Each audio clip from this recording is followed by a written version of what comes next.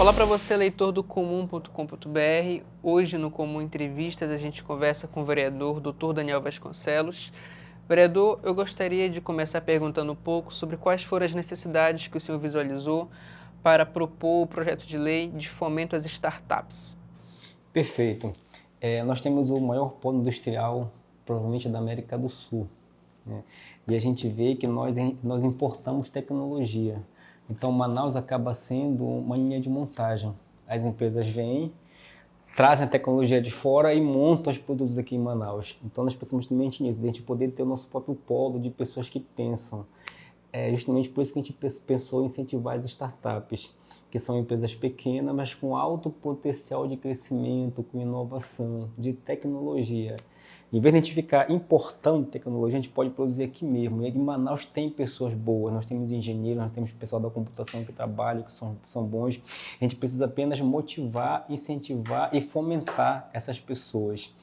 Então, esse projeto nasceu justamente nesse sentido, da gente poder dar essa alternativa para o nosso polo industrial, uma alternativa de ter também geração de tecnologia aqui em Manaus, e não só montagem de eletrodomésticos e aparelhos. Hoje ele já é lei, correto? Correto. Com ele aprovado, como ele afeta diretamente a vida das pessoas que estão, por exemplo, hoje abrindo uma startup?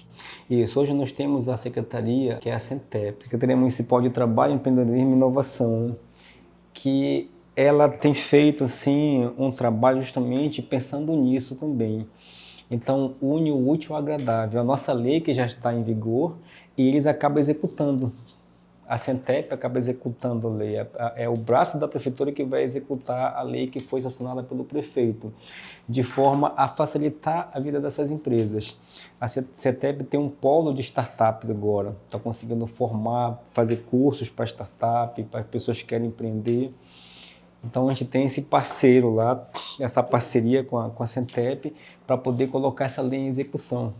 Muito bem, vereador, a gente fala agora um pouco sobre suas primeiras atividades em torno do Parque das Tribos nesse primeiro semestre. Perfeito. Em relação à questão das minorias, nós temos em Manaus, até há pouco tempo, a gente tinha dados que existiam 30 mil indígenas não aldeados morando em Manaus. Só que com o novo censo do IBGE, esse número passou para mais de 70 mil. Porque Manaus é uma cidade-estado. Então, as outras cidades do interior, elas dependem de Manaus para tudo. Então, existe um alto índice migratório de pessoas que vêm para Manaus, inclusive de indígenas, e que formaram comunidades grandes, principalmente na região do Tarumã. Nós temos comunidades com mais de 10 mil indígenas, por exemplo, Nações das Tribos, Parque das Tribos, Cidade das Luzes, que é naquela região do Tarumã, que são comunidades formadas por população indígena. E uma das propostas que hoje está sendo concretizada e que foi discutido com a gente também, foi justamente a primeira UBS indígena aqui de Manaus, que já está sendo construída. Inclusive, eu acompanhei o prefeito no lançamento dessa UBS, quando ele começou a obra, e eu tenho certeza que isso vai servir de modelo para o nosso país, porque vai ser uma UBS que vai ser peculiar ao índio. Não que ela não vai atender, logicamente, o não índio, ela tem que atender todo mundo, mas vão ter profissionais lá capacitados para atender a população diferenciada. Eu que já trabalhei com indígena, que já trabalhei em aldeia, eu sei como é que é. A gente sabe que tem as suas peculiaridades, tem as suas especificidades, é uma cultura diferente. Às vezes o não índio não consegue entender, né? Mas cada cultura ela é diferente. Então a gente tem que tratar o índio como ele é, né? Conforme a cultura dele. E esse é o nosso papel também na comissão. O senhor considera, então, a UBS indígena o seu maior mérito nesse primeiro semestre de atividades? Na verdade, a UBS indígena foi desde o ano passado, tá? Foi ano passado que já está sendo construída, mas foi uma discussão que nós começamos quando ainda era técnico da Censa, eu não era nem vereador. E eu já trabalhava no núcleo de saúde dos grupos especiais, que é um núcleo que engloba a saúde da população indígena, população em situação de rua, LGBTQIA+, e outras populações minoritárias. Então, só que essa discussão se veio, ela amadureceu, quando eu vim a ser vereador foi amadurecida, e o prefeito gostou da ideia, né, encabeçou, e hoje ela está se tornando realidade. Tem uma OBS que naquela região do Tarumã, que ela acaba atendendo o índio, né? Mas é uma OBS tradicional que foi treinada para atender indígena, porque aquela região toda é uma região que tem muito indígena. Ainda mais agora que nós conseguimos mapear indígenas em várias partes da cidade, né? Então, isso demonstra que a Prefeitura de Manaus está tendo seriedade em atender o indígena de forma diferenciada. Vereador, o senhor comentou ainda há pouco sobre a iniciativa de reunir pessoas para divulgar educação ambiental. Comenta um pouco sobre o tema com a gente. Perfeito. Na verdade, o nosso projeto é despertar para a educação ambiental. A nossa preocupação foi justamente que a gente estava vendo, na verdade, todo mundo vê, né, a situação da nossa cidade em relação ao lixo. E a gente precisa também sensibilizar a comunidade para que a gente possa viver melhor, né, que a gente possa ter uma saúde melhor, que a gente possa deixar um ambiente saudável para nossos filhos e netos e para futuras gerações. E a gente percebe que a tendência é o acúmulo do lixo. Então, a nossa preocupação foi justamente essa. Vamos começar a sensibilizar a sociedade para que a sociedade comece a descartar corretamente o lixo, de maneira correta, separando o lixo que pode ser reciclado. E além de você separar o lixo e ajudar o meio ambiente, ainda pode se tornar uma fonte de renda para aquela família. Porque nós temos recicladores que vivem disso e que ajudam a limpar a nossa cidade.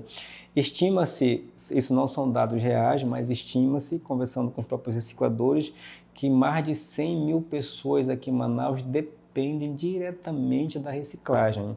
Desde aquele catador de lixo, aquela pessoa que cata a latinha, aquele que cata o plástico, o papelão, a família dele, as pessoas que compram, aqueles comerciantes menores, até o de médio porte e o de grande porte também, como as empresas grandes que fazem essa reciclagem. Então, olha só, então, na verdade, são milhares de pessoas que estão envolvidas diretamente e indiretamente a cidade toda, porque ela fica limpa, ela fica melhor. Isso também ajuda a Prefeitura de Manaus.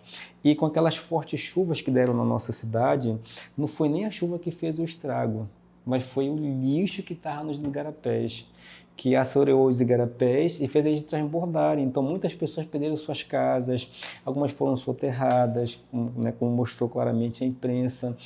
Outras tiveram as casas alagadas devido à quantidade do lixo. Então, o que nós estamos fazendo? Nós estamos levando a nossa equipe de voluntários também e entrando de casa em casa nessas regiões que tem igarapés para poder orientar a comunidade, para evitar, né, que isso volte a acontecer.